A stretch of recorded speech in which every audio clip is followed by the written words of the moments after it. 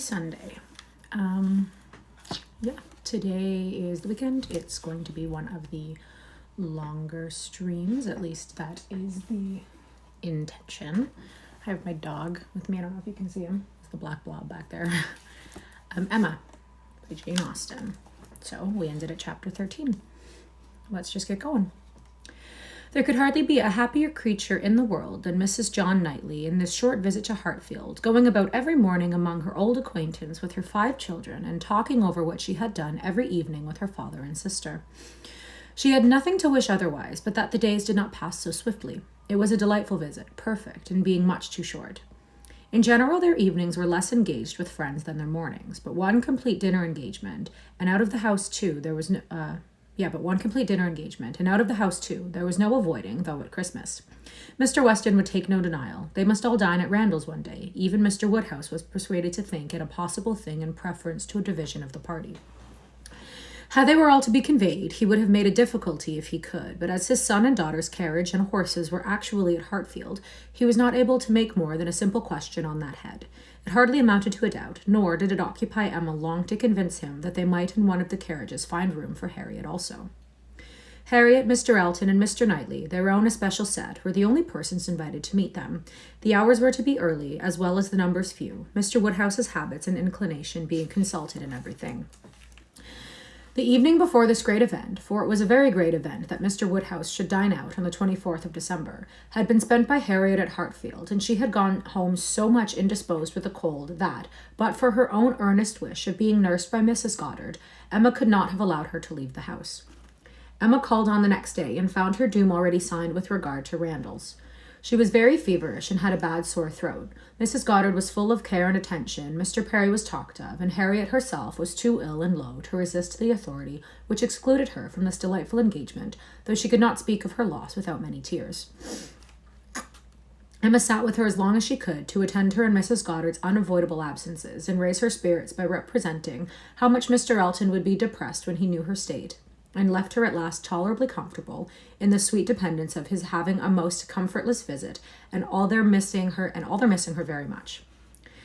She had not advanced many yards from Mrs. Goddard's door, and when she was met by Mr. Elton himself, evidently coming towards it, and as they walked on slowly together in conversation about the invalid, of whom he, on the rumour of considerable illness, had been going to inquire, that he might carry some report of her to Hartfield, they were overtaken by Mr. John Knightley, returning from the daily visit to Donwell with his 2 eldest boys, whose healthy, glowing faces showed all the benefit of a country run, and seemed to ensure a quick dispatch of the roast mutton and rice pudding they were hastening home for.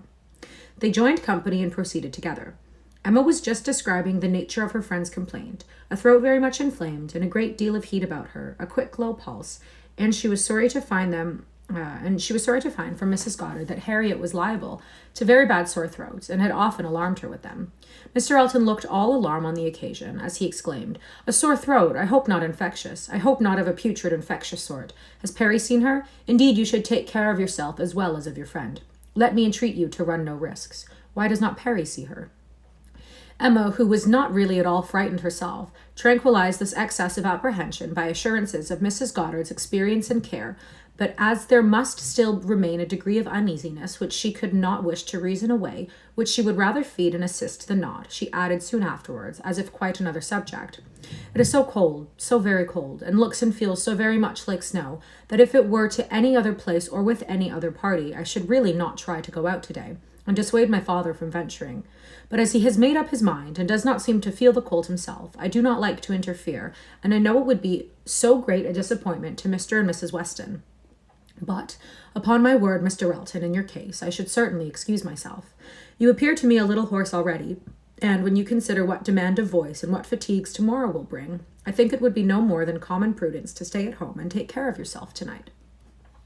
Mr. Elton looked as if he did not very well know what answer to make, which was exactly the case, for, though very much gratified by the kind care of such a fair lady, and not liking to resist any advance of hers, he had not really the least inclination to give up the visit.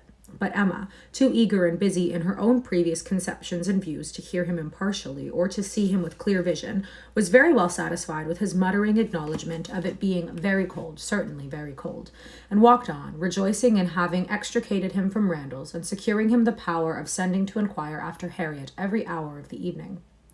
"You do quite right," said she. "We will make your apologies to Mr. and Mrs. Weston." But hardly had she so spoken when she found her brother was civilly ordering a seat in the carriage, if the weather were Mr. Elton's only objection, and Mr. Elton actually accepting the offer with much prompt satisfaction. It was a done thing. Mr. Elton was to go, and never had his broad, handsome face expressed more pleasure than at this moment. Never had his smile been stronger, nor his eyes more exulting than when he next looked at her. "Well," said she to herself, "that is most strange. After I had got him off so well, to choose to go into company and leave Harriet ill behind. Most strange indeed. But there is, I believe, in many men, especially single men, such an inclination, such a passion for dining out. A dinner engagement is so high in the class of their pleasures, their employments, their dignities, almost their duties, that anything gives way to it. And this must be the case with Mr. Elton, a most valuable, amiable, pleasing young man undoubtedly, and very much in love with Harriet. But still, he cannot refuse an invitation. He must dine out wherever he is asked. What a strange thing love is. He can see ready wit in Harriet, but will not dine alone with her." Soon afterwards, Mr. Elton quitted them, and she could not but do him the justice of feeling that there was a great deal of sentiment in his manner of naming Harriet at parting, in the tone of his voice while assuring her that he should call at Mrs. Goddard's for news of her fair friend, the last thing before he prepared for the happiness of meeting her again, when he hoped to be able to give her a better report. And he sighed and smiled himself off in a way that left the balance of approbation much in his favour. After a few minutes of entire silence between them, John Knightley began with, "I never in my life saw a man more intent on being agreeable than Mr. Elton. It is downright labour to him where ladies are concerned. With men he can be rational and unaffected, but when he has ladies to please, every feature works."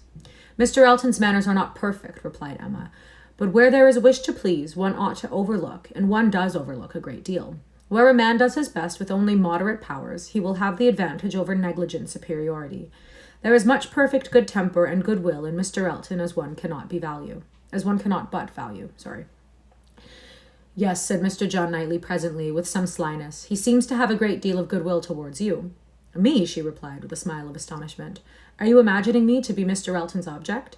"Such an imagination has crossed me, I own, Emma, and if it never occurred to you before, you may as well take it into consideration now." "Mr. Elton in love with me? What an idea!" "I do not say it is so, but you will do very well to consider whether it is so or not, and to regulate your behaviour accordingly. I think your manners to him encouraging. I speak as a friend, Emma. You had better look about you, and ascertain what you do, and what you mean to do." "I thank you, but I assure you, you are quite mistaken. Mr. Elton and I are very good friends, and nothing more."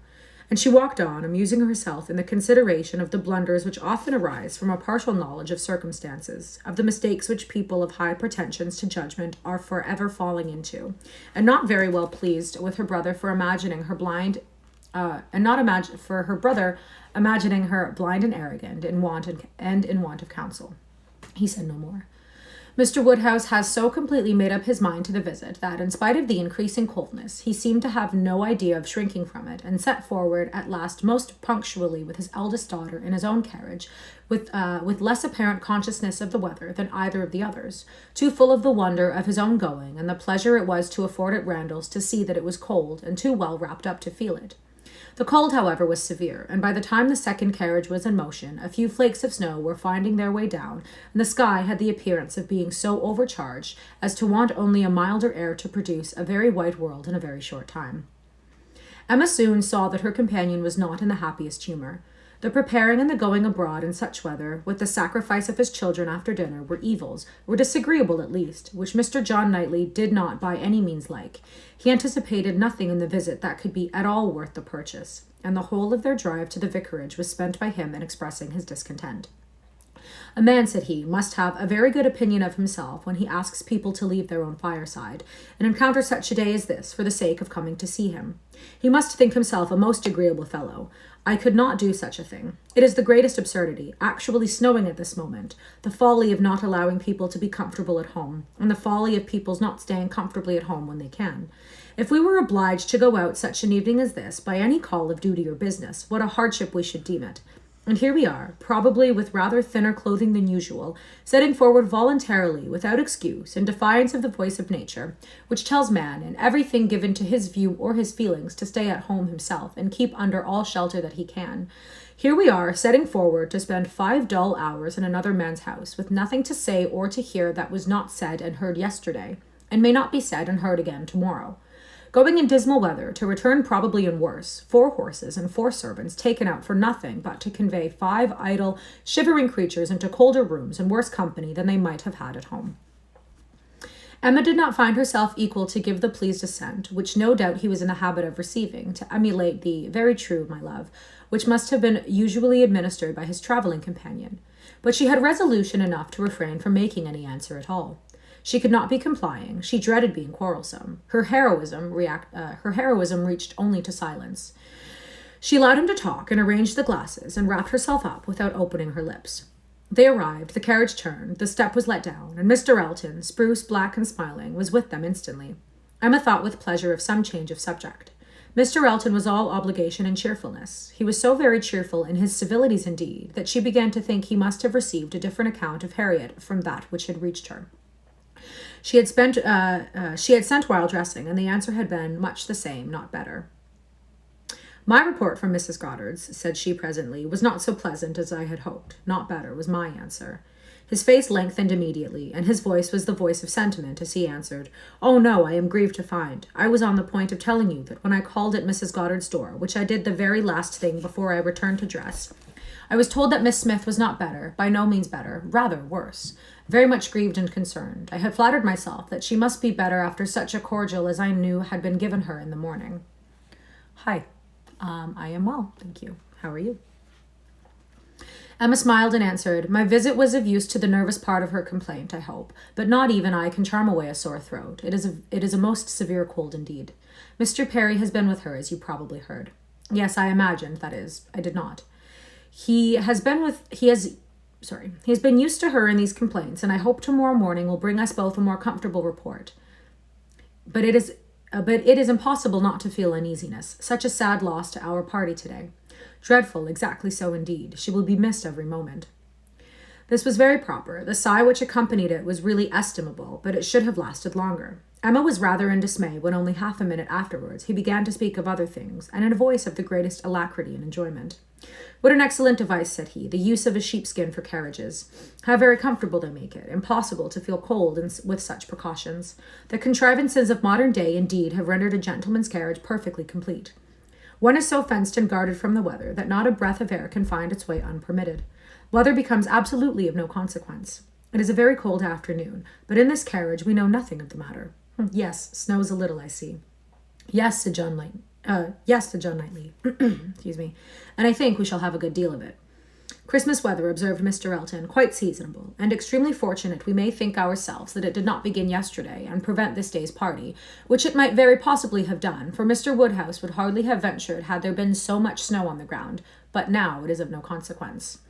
This is quite the season indeed for friendly meetings. At Christmas everybody invites their friends about them, and people think little of even the worst weather. I was snowed up at a friend's house once for a week. Nothing could be pleasanter. I went only for one night and could not get away till the very next day's night."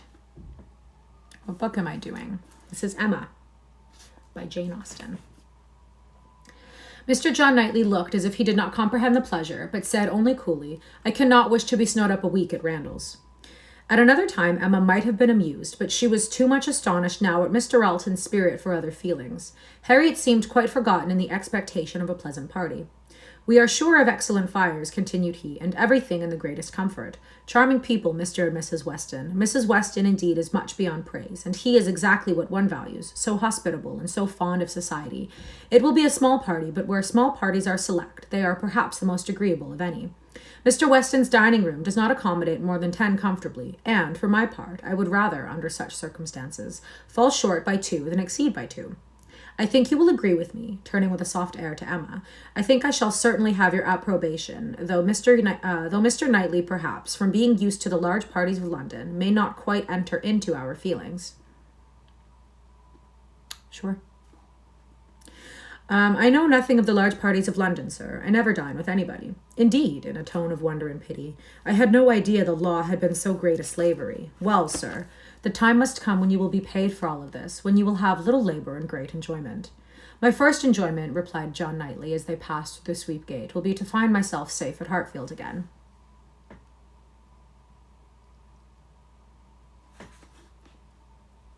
Chapter 14.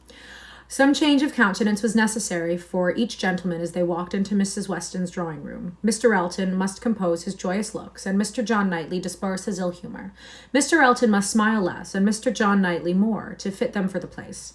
Emma only might be as nature prompted, and showed herself just as happy as she was.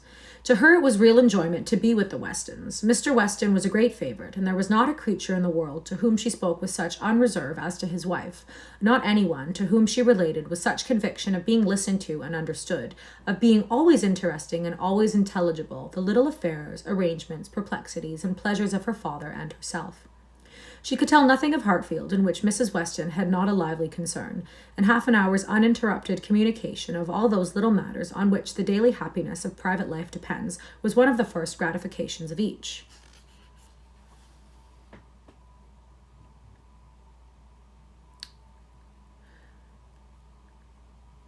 I can try. The thing is, I do have a little bit of a difficulty reading the classics just because of the way they're written, so I do find it a little bit hard to gauge intonations. I could absolutely do that with newer books, but that is not what this channel is, so I can try. I can do my best. This was a pleasure which perhaps the whole day's visit might not afford, which certainly did not belong to the present half hour, but the very sight of Mrs. Weston, her smile, her touch, her voice, was grateful to Emma, and she determined to think as little as possible of Mr. Elton's oddities, or of anything else unpleasant, and enjoy all that was enjoyable to the utmost. The misfortune of Harriet's cold had been pretty well gone through before her arrival. Mr. Woodhouse had been safely seated long enough to give the history of it, besides all the history of his own and Isabella's coming, and of Emma's being to follow, and had indeed just got to the end of his satisfaction that James should come and see his daughter, when the others appeared, and Mrs. Weston, who had been almost wholly engrossed by her attentions to him, was able to turn away and welcome her dear Emma.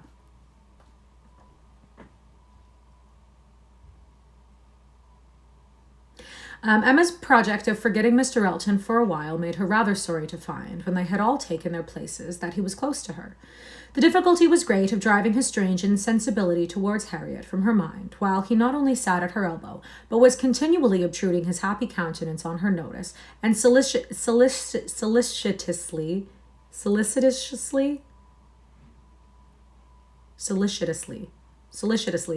addressing her upon every occasion. Instead of forgetting him, his behavior was such that she could not avoid the internal suggestion of, can it really be as my brother imagined? Can it be possible for this man to be beginning to transfer his affections from Harriet to me? Absurd and insufferable. Yes, he would be so anxious for her being perfectly warm, would be so interested about her father, and so delighted with Mrs. Weston, and at last would begin admiring her drawings with so much zeal and so little knowledge as seemed terribly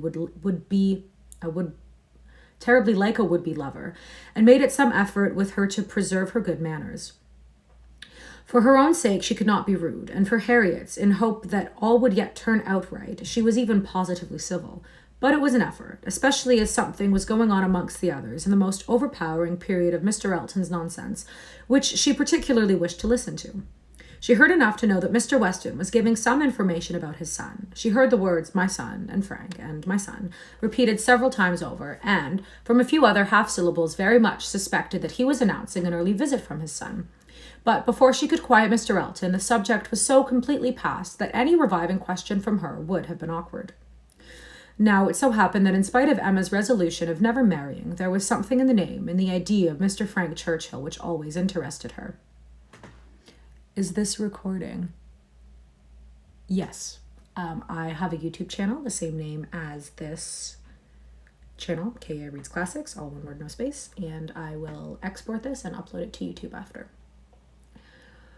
And it also has the beginning of the book, because we are this far into it at this point. Okay, so she has always been interested in Mr. Frank Churchill. She had frequently thought, especially since his father's marriage with Miss Taylor, that if she were to marry, he was the very person to suit her in age, character, and condition. He seemed by this connection between the families quite to belong to her. She could not but suppose it would be a match that everybody who knew them to think of. That Mr. and Mrs. Weston did not think of it, she was very strongly persuaded, and though not meaning to be induced by him or by anybody else, to give up a situation which she believed more replete with good than any she could change it for, She had a great curiosity to see him, a decided intention of finding him pleasant, of being liked by him to a certain degree, and a sort of pleasure in the idea of their being coupled in their friends' imaginations. With such sensations, Mr. Elton's civilities were dreadfully ill-timed, but she had the comfort of appearing very polite, while feeling very cross, and of thinking that the rest of the visit could not possibly pass without bringing forward the same information again, or the substance of it, from the open-hearted Mr. Weston. So it proved, for when happily released from Mr. Elton, and seated by Mr. Weston at dinner, he made use of the very first interval in the cares of hospitality, the very first leisure from the saddle of mutton, to say to her, "We want only 2 more to be just the right number. I should like to see 2 more here, your pretty little friend, Miss Smith, and my son. And then I should say we were quite complete. I believe you did not hear me telling the others in the drawing-room that we were expecting Frank. I had a letter from him this morning, and he will be with us within a fortnight." Emma spoke with a very proper degree of pleasure, and fully assented to his proposition of Mr. Frank Churchill and Miss Smith making their party complete. Yeah, very much. This is live. Yeah, you are on the wrong stream. Okay. He's been waiting to come to us. He's been wanting to come to us. Continued Mr. Weston, ever since September. Every letter has been full of it, but he cannot command his own time. He has those to please who must be pleased, and who, between ourselves, are sometimes to be pleased only by a good many sacrifices. But now I have no doubt of seeing him here about the 2nd week of January. What a very great pleasure it will be to you, and Mr. Weston is so anxious to be acquainted with, and Mrs. Weston is so anxious to be acquainted with him, that she must be almost as happy as yourself. Yes, she would be, but that she thinks there will be another put off. She does not depend upon his coming so much as I do, but she does not know the parties so well as I do. The case, you see, is, but this is quite between ourselves. I did not mention a syllable of it in the other room. There are secrets in all families, you know. The case is that a party of friends are invited to pay a visit to Anscombe in January, and that Frank's coming depends upon their being put off. If they are not put off, he cannot stir. But I know they will, because it is a family that a certain lady of some consequence at Anscombe has a particular dislike to, and though it is thought necessary to invite them once in 2 or 3 years, they always are put off when it comes to the point. I have not the smallest doubt of the issue. I am as confident of seeing Frank here before the middle of January as I am of being here myself, but your good friend there, nodding towards the upper end of the table, has so few vagaries herself, and has been so little used to them at Hartfield, that she cannot calculate on their effects, as I have been long in the practice of doing. I am sorry that there should be anything like doubt in the case, replied Emma, but am disposed to side with you, Mr. Weston. If you think he will come, I shall think so too, for you know Anscombe. Yes, I have some right to that knowledge, though I had never been at the place in my life. She is an odd woman, but I never allow myself to speak ill of her on Frank's account, for I do believe her to be very fond of him. I used to think she was not capable of being fond of anybody except herself, but she has always been kind to him, in her way, allowing for little whims and caprices and expecting everything to be as she likes. And it is no small credit, in my opinion, to him that he should excite such an affection, for, though I would not say it to anybody else, she has no more heart than a stone to people in general, and the devil of a temper. Thank you. Emma liked the subject so well that she began upon it to Mrs. Weston very soon after their moving into the drawing-room, wishing her joy, yet observing that she knew the first meeting must be rather alarming. Mrs. Weston agreed to it, but added that she should be very glad to be secure of undergoing the anxiety for the first meeting at the time talked of. For I cannot depend upon his coming. I cannot be so sanguine as Mr. Weston. I am very much afraid that it will all end in nothing. Mr. Weston, I dare say, has been telling you exactly how the matter stands? Yes, it seems to depend upon nothing but the ill humour of Mrs. Churchill, which I imagine to be the most certain thing in the world.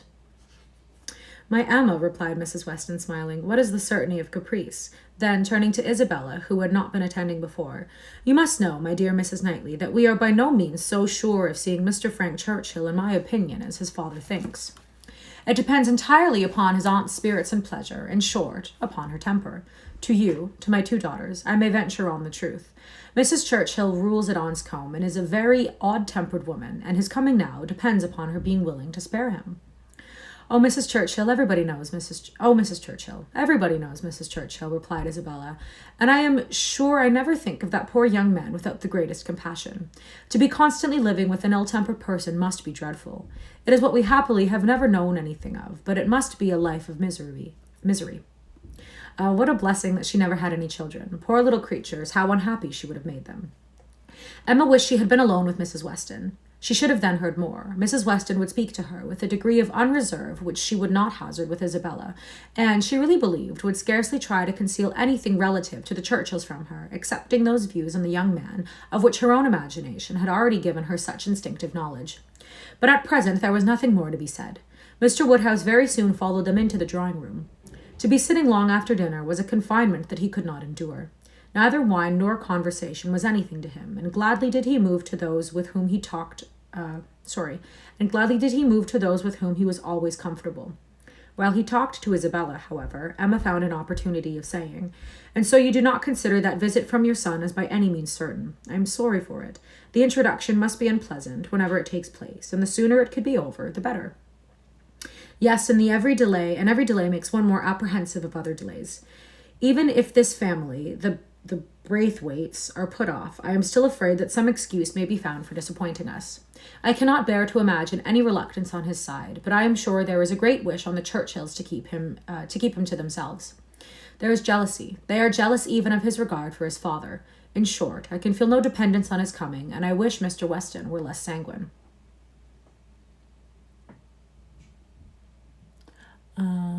I can't do anything about the internet. Sorry. Let me see. I don't really know what I can do here. My data's on, my internet's on. Sorry. I am sorry. "He ought to come," said Emma. "If he could only stay a couple of days, he ought to come, and one could hardly conceive a young man's not having it in his power to do as much as that. A young woman, if she fall into bad hands, may be teased and kept at a distance from those she wants to be with, but one cannot comprehend a young man's being under such restraint as not to be able to spend a week with his father if he likes it. "One ought to be at Anscombe and know the ways of the family before one decides upon what he can do," replied Mrs. Weston. "One ought to use the same caution, perhaps, in judging of the conduct of any one individual of any one family, but Anscombe, I believe, certainly must not be judged by general rules. She is so very unreasonable, and everything gives way to her. But she is so fond of the nephew. He is so very great a favourite. Now, according to my idea of Mrs. Churchill, it would be most natural that while she makes no sacrifice for the comfort of the husband, to whom she owes everything, while she exercises incessant caprice towards him, she should frequently be governed by the nephew, to whom she owes nothing at all. My dearest Emma, do not pretend, with your sweet temper, to understand a bad one, or to lay down the rules for it. You must let it go its own way. I have no doubt of his having, at times, considerable influence, but it may be perfectly impossible for him to know beforehand when it will be." Emma listened, and then coolly said, "I shall not be satisfied unless he comes." Skipped a page. "I shall not be satisfied unless he comes." "He may have a great deal of influence on some points," continued Mrs. Weston, "and on others very little, and among those on which she is beyond his reach, it is but too likely, may be this very circumstance of his coming away from them to visit us." Chapter 15.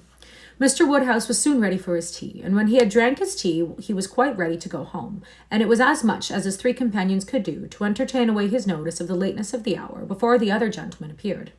Mr. Weston was chatty and convivial, and no friend to early separations of any sort, but at the last the drawing-room party did receive an augmentation. Mr. Elton, in very good spirits, was one of the first to walk in. Mrs. Weston and Emma were sitting together on a sofa. He joined them immediately, and, with scarcely an invitation, seated himself between them.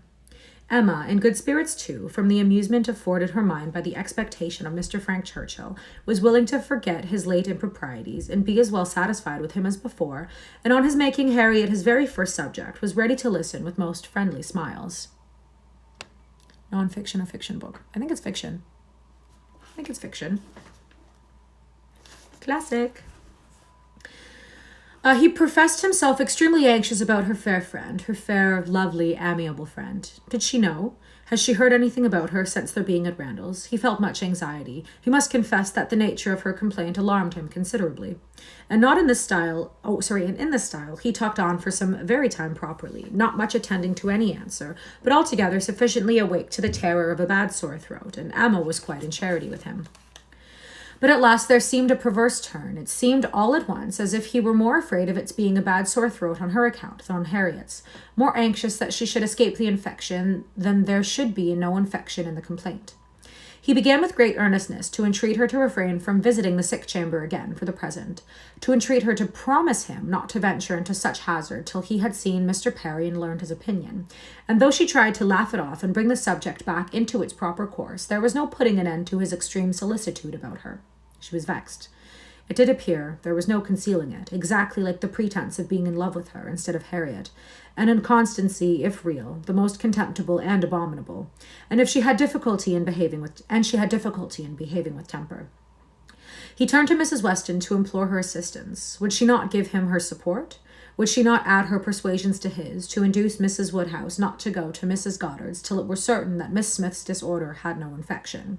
Could he not be satisfied? He could not be satisfied without a promise. Would she not give him her influence in procuring it?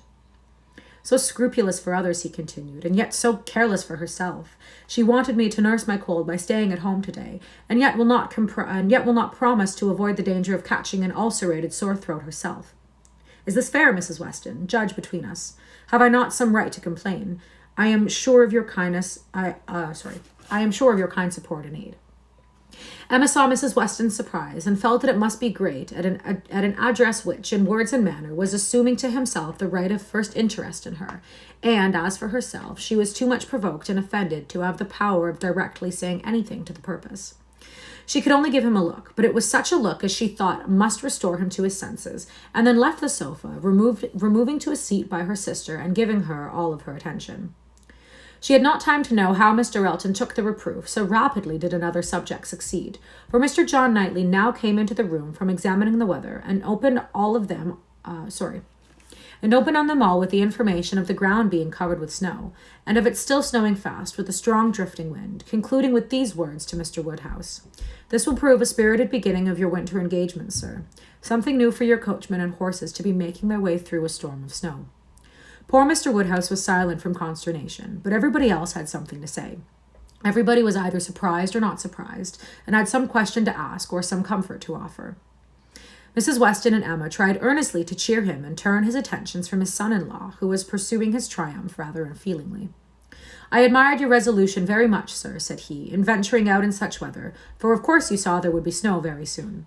Everybody must have seen the snow coming on. I admired your spirit, and I dare say we shall get home very well. Another hour or two's snow can hardly make the road impassable, and we are 2 carriages. If one is blown over in the bleak part of the common field, there will be another at hand. I dare say we shall all be safe at Hartfield before midnight." Mr. Weston, with triumph of a different sort, was confessing that he had known it to be snowing some time, but had not said a word, lest it should make Mr. Woodhouse uncomfortable, and be an excuse for his hurrying away. As to there being any quantity of snow fallen or likely to fall to impede their return, that was a mere joke. He was afraid they would find no difficulty. He wished the road might be impassable, that he might be able to keep them all at Randalls, and with the utmost goodwill was sure that accommodation might be found for everybody, calling on his wife to agree with him, that with a little contrivance everybody might be lodged, which she hardly knew how to do, from the consciousness of there being but 2 spare rooms in the house. "What is to be done, my dear Emma? What is to be done?" was Mr. Woodhouse's first exclamation, and all that he could say for some time.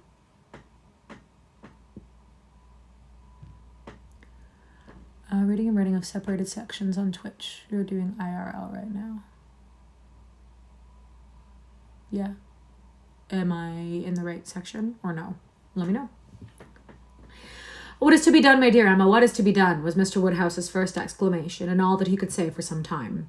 To her he looked for comfort, and her assurances of safety, her representation of the excellence of the horses, and of James, and of their having so many friends about them, revived him a little. His eldest daughter's alarm was equal to his own. The horror of being blocked up at Randalls, while her children were at Hartfield, was full in her imagination, and fancying the road to now be just passable for adventurous people, but in a state that admitted no delay, she was eager to have it settled that her father and Emma should remain at Randalls, while she and her husband set forward instantly through all the possible accumulations of drifted snow that might impede them. IRL is for travel. Not the right side. Okay, let me know what I should be in. That would be great. Thank you. I don't really know anything about this. "You had better order the carriage directly, my love," said she. "I dare say we shall be able to get along if we set off directly, and if we do not come to anything very bad, I can get out and walk."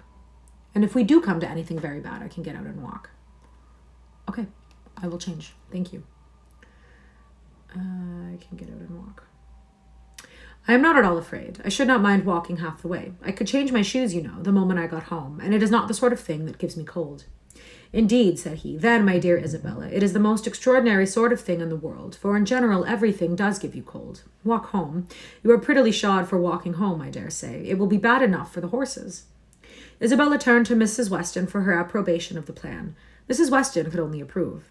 Isabella then went to Emma, but Emma could not so entirely give up the hope of their being able to get away, and they were still discussing the point when Mr. Knightley, who had left the room immediately after his brother's first report of the snow, came back again and told them that he had been out of doors to examine and could answer for there not being the smallest difficulty in their getting home, whenever they liked it, either now or an hour hence. He had gone beyond the sweep, some way along the Highbury road. The snow was nowhere above half an inch deep, in many places hardly enough to whiten the ground. A very few flakes were falling at present, but the clouds were parting, and there was every appearance of it being soon over. He had seen the coachman, and they both agreed with him in there being nothing to apprehend. To Isabella, the relief of such tidings was very great, and they were scarcely less acceptable to Emma on her father's account, who was immediately set at much at ease on the subject as his nervous constitution allowed. But the alarm that had been raised could not be appeased so as to admit of any comfort for him while he continued at Randalls. He was satisfied of there being no present danger in returning home, but no assurances could convince him that it was safe to stay. And while the others were variously arguing or recommending, Mr. Knightley and Emma settled in for a few brief sentences thus. Your father will not be easy. Why do you not go? I am ready, if the others are. Shall I ring the bell? Yes, do. And the bell was rung, and the carriage is spoken for. A few minutes more, and Emma hoped to see one troublesome companion deposited in his own house, to get sober and cool, and the other recover his temper and happiness when this visit of hardship were over.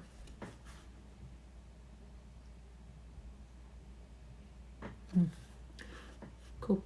The carriage came, and Mr. Woodhouse, always the first object on such occasions, was carefully attended to his own by Mr. Knightley and Mr. Weston. But not all that either could say could prevent some renewal of alarm at the sight of the snow which had actually fallen, and the discovery of a much darker night than he had been prepared for. He was afraid they should have a very bad drive. He was afraid poor Isabella would not like it, and there would be poor Emma in the carriage behind. He did not know what they had best do. They must keep as much together as they could, and James had walked too, and given a charge to go very slow and wait for the other carriage. Isabella stepped in after her father, John Knightley, forgetting that he did not belong to their party, stepped in after his wife very naturally, so that Emma found, on being escorted and followed into the second carriage by Mr. Elton, that the door was to be lawfully shut on them, and that they were to have a tete-a-tete drive. It would not have been the awkwardness of the moment. It would not have been the awkwardness of a moment. It would have rather been a pleasure, previous to the suspicions of this very day. She could have talked to him of Harriet, and the 3/4 of a mile would have seemed but one. But now she would rather it not have happened. She believed he had been drinking too much of Mr. Weston's good wine, and felt sure that he would want to be talking nonsense. To restrain him as much as might be by her own manners, she was immediately prepared to speak with exquisite calmness and gravity of the weather and the night.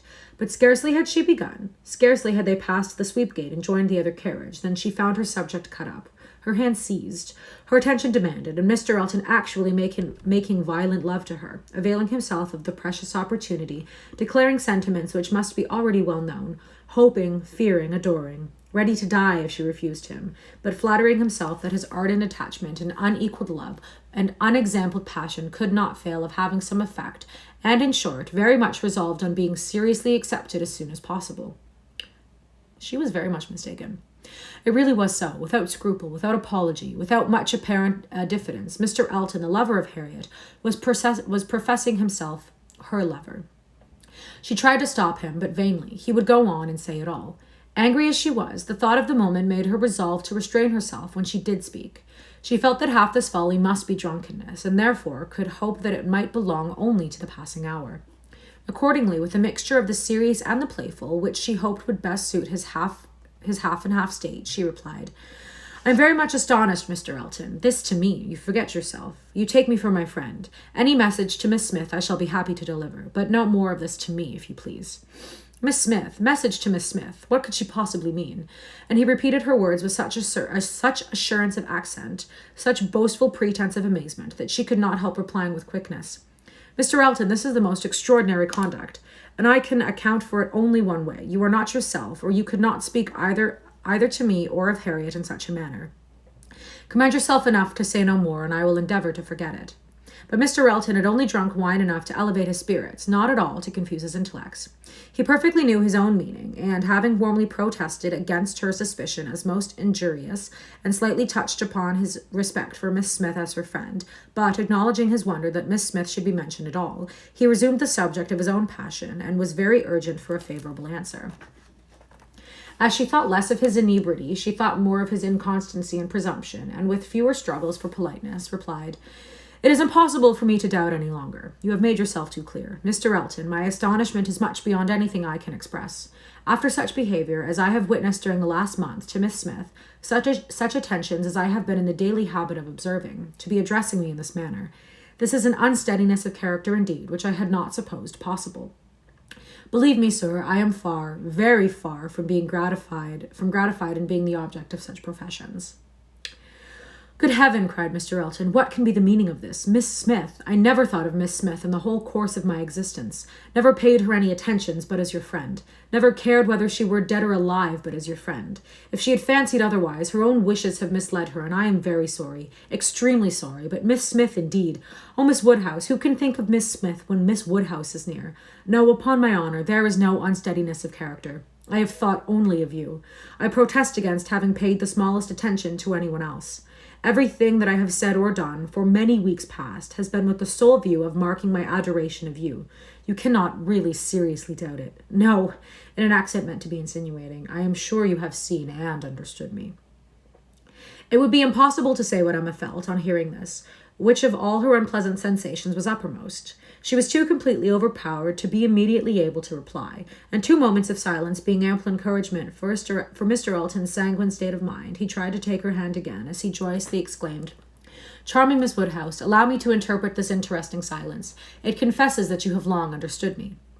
"No, sir," cried Emma, "it confesses no such thing. So far from having long understood you, I have been in a most complete error with respect to your views till this moment. As to myself, I am very sorry that you should have been giving way to any feelings. Nothing could be farther from my wishes. Your attachment to my friend Harriet, your pursuit of her, it appeared, to give me great pleasure, and I have been very earnestly wishing your success. But I had hoped that, and I've been very earnestly wishing your success. But had I supposed that she were not your attraction to Hartfield, I should certainly have thought you judged ill in making your visits so frequent. Am I to believe that you have never sought to recommend yourself particularly to Miss Smith, that you have never thought seriously of her?" "Never, madam," cried he, affront in his turn. "Never, I assure you. I think seriously of Miss Smith. Miss Smith is a very good sort of girl, and I should be happy to see her respectfully settled. I wish her extremely well, and no doubt there are men who might not object to. Everybody has their level. But as for myself, I am not, I think, quite so much at a loss. I need not so totally despair of an equal alliance as to be addressing myself to Miss Smith. No, madam, my visits to Hartfield have been for yourself only, and the encouragement I received—" "Encouragement! I give you encouragement. Sir, you have been entirely mistaken in supposing it. I have seen you only as the admirer of my friend. In no other light could you have been more to me than a common acquaintance. I am exceedingly sorry, but it is well that the mistake ends where it does. Had the same behaviour continued, Miss Smith might have been led into a misconception of your views, not being aware, probably, any more than myself, of the very great inequality which you are so sensible of. But, as it is, the disappointment is single, and I trust will not be lasting. I have no thoughts of matrimony at present." He was too angry to say another word, her manner too decided to invite supplication, and in this state of swelling resentment and mutually deep mortification, they had to continue together a few minutes longer, for the fears of Mr. Woodhouse had confined them to a foot-pace. If there had been not so much anger, there would have been desperate awkwardness, but their straightforward emotions left no room for the little zigzags of embarrassment. Without knowing when the carriage turned into Vicarage Lane or when it stopped, they found themselves, all at once, at the door of his house, and he was out before another syllable had passed. Emma then felt it indispensable to wish him a good night. The compliment was just returned. The compliment was just returned, coldly and proudly, and, under indescribable irritations of spirits, she was then conveyed to Hartfield. There she was welcomed with the utmost delight by her father, who had been trembling for the dangers of a solitary drive from Vicarage Lane, turning a corner which he could never bear to think of, and in strange hands, a mere common coachman, no James, and there it seemed as if her return were only wanted to make everything go well. For Mr. John Knightley, ashamed of his ill humour, was now all kindness and attention, and so particularly solicitous for the comfort of her father as to seem, if not quite ready to join him in a basin of gruel, perfectly sensible of its being exceedingly wholesome, and the day was concluding in peace and comfort to all their party except herself. But her mind had never been in such perturbation, and it needed a very strong effort to appear attentive and cheerful till the usual hour of separating allowed her the relief of quiet reflection. Yeah. Okay. That was a lot. Okay, one more chapter. Chapter 16. The hair was curled and the maid sent away, and Emma sat down to think and be miserable. It was a wretched business indeed, such an overthrow of everything she had been wishing for, such a development of everything most unwelcome, such a blow for Harriet. This was the worst of all. Every part of it brought pain and humiliation of some sort or other, but compared with the evil to Harriet, all was light, and she would gladly have submitted to feel yet more mistaken, more in error, more disgraced by misjudgment than she actually was, could the effects of her blunders have been confined to herself. If I had not persuaded Harriet into liking the man, I could have borne anything. He might have doubled his presumption to me, but poor Harriet! How could she have been so deceived? He protested that he had never thought seriously of Harriet. Never.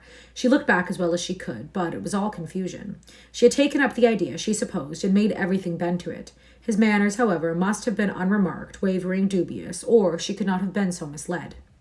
The picture, how eager he had been about the picture, and the charade, and 100 other circumstances, how clearly they had seemed to point to Harriet. To be sure, the charade, with its ready wit, but then soft eyes, in fact, it suited neither. It was a jumble without taste or truth. Who could have seen through such thick-headed nonsense? Certainly she had often, especially of late, thought his manners to herself unnecessarily gallant, but it had passed as his way as a mere error of judgment, of knowledge, of taste, as one proof amongst others that he had not always lived in the best society, that with all the gentleness of his address, true elegance was sometimes wanting. But, till this very day, she had never, for an instant, suspected it to mean anything but grateful respect to her as Harriet's friend. To Mr. John Knightley she was indebted for her first idea on the subject, for the start of its possibility. There was no denying that those brothers had penetration.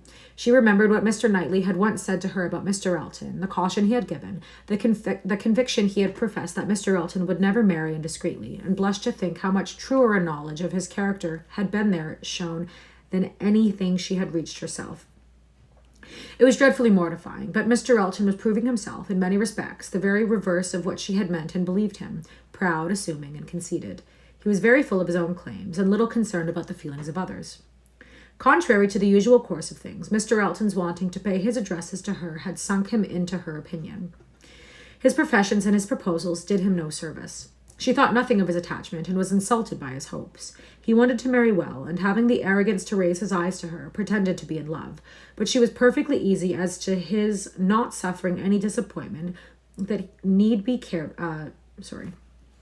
You can tell it's getting towards the end because all my words are getting mixed up. He wanted to marry well, and having the arrogance to raise his eyes to her, pretended to be in love, but she was perfectly easy as to his not suffering any disappointment that need be cared for. There had been no real affection either in his language or manners. Sighs and fine words had been given in abundance, but she could hardly devise of any set of expressions or fancy any tone of voice less allied with real love.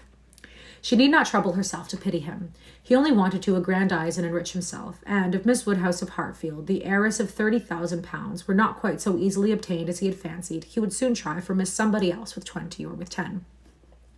But that he should talk of encouragement, should consider her as aware of his views, accepting his attentions, meaning, in short, to marry him, should suppose himself her equal in connection of mind, look down upon her friend, while so well understanding the gradations of rank below him, and be so blind to what rose above, as to fancy himself showing no presumption in addressing her. It was most provoking.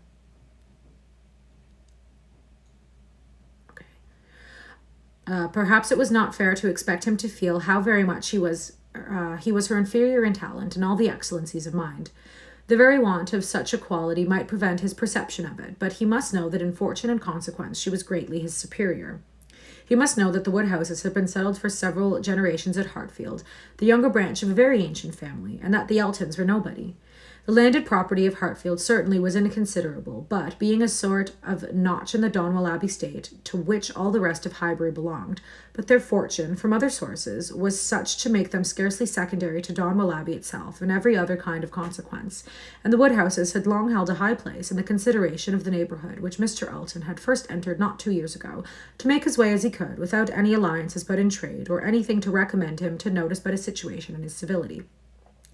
But he had fancied her in love with him. That evidently must have been his dependence, and after raving a little about the seeming incongruity of gentle manners and a conceited head, Emma was obliged in common honesty to stop and admit that her own behaviour to him had been so complacent and obliging, so full of courtesy and attention, as, supposing her real motive unperceived, might warrant a man of ordinary observation and delicacy, like Mr. Elton, in fancying himself a very decided favourite. If she had so misinterpreted his feelings, she had little right to wonder that with self-interest to blind him, should have mistaken hers. The first error and the worst lay at her door. It was foolish, it was wrong, to take so active a part in bringing any two people together. It was adventuring too far, assuming too much, making light of what ought to be serious, a trick of what ought to be simple. She was quite concerned and ashamed, and resolved to do such things no more. Here have I, said she, actually talked poor Harriet into being very much attached to this man. She might never have thought of him but for me, and certainly never would have thought of him with hope, if I had not assured her of his attachment, for she is as modest and humble as I used to think him. Oh, that I had been satisfied with persuading her not to accept young Martin. There I was quite right. That was well done of me, but there I should have stopped and left the rest to time and chance. I was introducing her into good company, and giving her the opportunity of pleasing someone worth having. I ought not to have attempted more. But now, poor girl, her peace is cut up for some time. I have been but half a friend to her, and if she were not to feel this disappointment so very much, I am sure I have not an idea of anybody else who would be at all desirable for her. William Cox. Oh, not that I could endure William Cox, a pert young lawyer. She stopped to blush and laugh at her own relapse, and then resumed a more serious, more dispiriting cogitation, upon which had been, and might be, and must be. The distressing explanation she had to make to Harriet, and all that poor Harriet would be suffering, with the awkwardness of future meetings, the difficulties of continuing or discontinuing the acquaintance, of subduing feelings, concealing resentment, and avoiding eclat, were enough to occupy her in most unmirthful reflections for some time, and she went to bed at last with nothing settled but the conviction of her having blundered most dreadfully. To youth a natural cheerfulness like Emma's, though under temporary gloom at night, the return of day will hardly fail to bring return of spirits. The youth and cheerfulness of mornings are in happy analogy and of powerful operation, and if the distress be not poignant enough to keep the eyes unclosed, they will be sure to open to sensations of softened pain and brighter hope. Emma got up on the morrow more disposed for comfort than she had gone to bed, more ready to see alleviations of the evil before her, and depend on getting tolerably out of it. It was a great consolation that Mr. Elton should not be really in love with her, or so particularly amiable as to make it shocking to disappoint him, that Harriet's nature should not be of that superior sort in which the feelings are most acute and relentive, and that there could be no necessity for anybody's knowing what had passed except the three principals, and especially for her father's being given a moment's uneasiness about it. These were very cheering thoughts, and the sight of a great deal of snow on the ground did her further service, for anything was welcome that might justify their all three being quite asunder at present. The weather was most favourable for her, though Christmas Day she did not go to church. Mr. Woodhouse would have been miserable had his daughter attempted it, and she was therefore safe from either exciting or receiving unpleasant and most unsuitable ideas. The ground covered with snow, and the atmosphere in that unsettled state between frost and thaw, which is of all others the most unfriendly for exercise, every morning beginning in rain or snow, and every evening settling into freeze, she was for many days a most honourable prisoner. No intercourse with Harriet possible but by note, no church for her on Sunday any more than on Christmas Day, and no need to find excuses for Mr. Elton's absenting himself. It was weather which might fairly confine everybody at home, and though she hoped and believed him to be really taking comfort in some society or other, it was very pleasant to have her father so well satisfied with his being all alone as in his own house, too wise to stir out, and to hear him say to Mr. Knightley, whom no weather could keep entirely from them, "Oh, Mr. Knightley, why do you not stay at home like poor Mr. Elton?" These days of confinement would have been, but for her private perplexities, remarkably comfortable, as such seclusion exactly suited her brother, whose feelings must always be of great importance to his companions, and he had, besides, so thoroughly cleared off his ill humour at Randalls, that his amiableness never failed him during the rest of his stay at Hartfield. He was always agreeable and obliging, and speaking pleasantly of everybody. But with all the hopes of cheerfulness and all the present comfort of delay, there was still such an evil hanging over her in the hour of explanation with Harriet as made it impossible for Emma to ever be perfectly at ease. That is where we're going to stop. I do have a YouTube channel, K.A. Reads Classics, same name as this. I upload all these videos, so this book is up there in a couple different parts. Emma by Jane Austen. There's other books up there as well. But yeah, that's all for today. Thanks for reading with me.